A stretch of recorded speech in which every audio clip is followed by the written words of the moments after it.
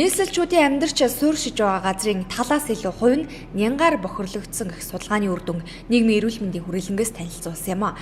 Ялангуяа хүн олноор суурших, наран туул хар хорин зах, мөн автомашины худалдаа, засварын газар болох даа хүрээ, өгөөмөр зах, цэвэрлэх байгууламжийн орчим нянгаар бохирлогдож хүнд металлын илэрц өндөр байна. Эвгэр хорооллын ойр орчмын хөрс, мөн цэвэрлэх байгууламжийн ойр орчмын хөрс, мөн түнчлэн хүнсний захын ойр орчмоос авсан хөрсний дээжинд бол нянгийн бохирдол их байна гэсэн ийм дүгнэлт гарч ирсэн. Харин томоохон худалдааны төвүүд, мөн техникийн захууд, машин засварын газруудад бол хүнд металлын бохирдол их байна. Энэ нь нийслэлчүүдийг хэрэглэж байгаа 310 мянга гаруй модон жорлон хатуу хог хаягдал, түүхийн нүрс, автомашины түлшний ялгаралт, ил бие засгаас үүдэлтэй гэдэг.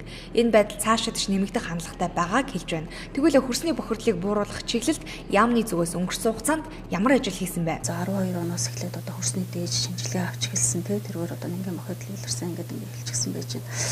Тэгээ судалгааныхаа материалуудыг цуглуулсан. Одоо тэгээ бид нар ерөнхийдөө одоо энэ дээр үндэслээд яаж одоо асуудлыг газар дээр нь шийдэх үү гэдэг ажлуудаа бол одоо ерөнхийдөө шат дараалан төлөвлөд явж байна л да. Хөрсний бохирдлыг бууруулах чиглэлд дөнгөж судалгаа шинжилгээний ажил хийж дуусгажээ.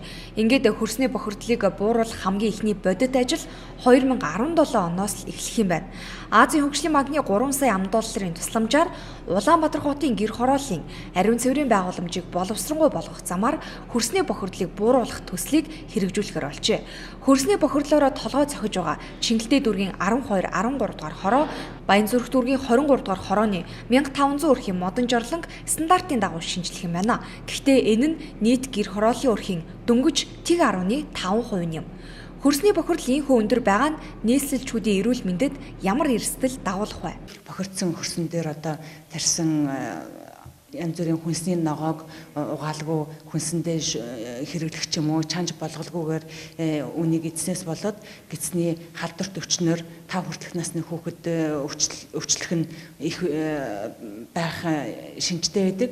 Ялангуяа төрсөн суулгах ч юм уу, хижиг одоо ийм балнад өвчин. Нийгмийн эрүүл мэндийн байгууллагын гаргасан судалгаагаар хүүхдийн нас баралтын 36% нь гадны нөлөө, тэр дундаа хөрс агаарын бохирдлоос үүдэлтэй гэжээ. Мөн хөрсний бохирдлоос үүдэлтэй өвчлөл нь нас баралтын тэргүүлэх 5 шалтгаанд зүй ёсоор орсон байна.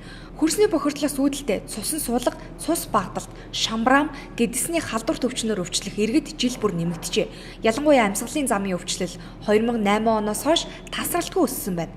Мөн манай орны 5 хүртэлх насны хүүхдийн өвчлөлийн тэргүүлэх шалтгааны нэг нь суулгалт халдвар байна гэж тогтоожээ. Хөрсний бохирдлыг бууруулахад томоохон түлхэж цолох нэгэн хуулийг гаргасан. Энэ оны 2 дугаар сарын 29-ноос эрүүл ахуйн тухай хууль хэрэгжиж эхэлсэн юм а.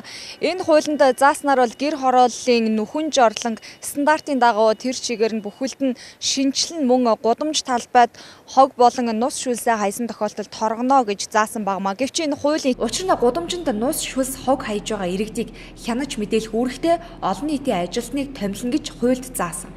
Гэвч одоо хүртэл олон нийтийн ажилтны үүргийг хэн биелүүлж байгаа нь тодорхойгүй, мөн хяналт тавих учиртай эргүүлийн цагдаа нар өмнөх хэрэг зөрчлөө яа гэж байж ийм жижиг асуудалд оролцох хэцүү гэх тайлбарыг хэлж байгаамаа.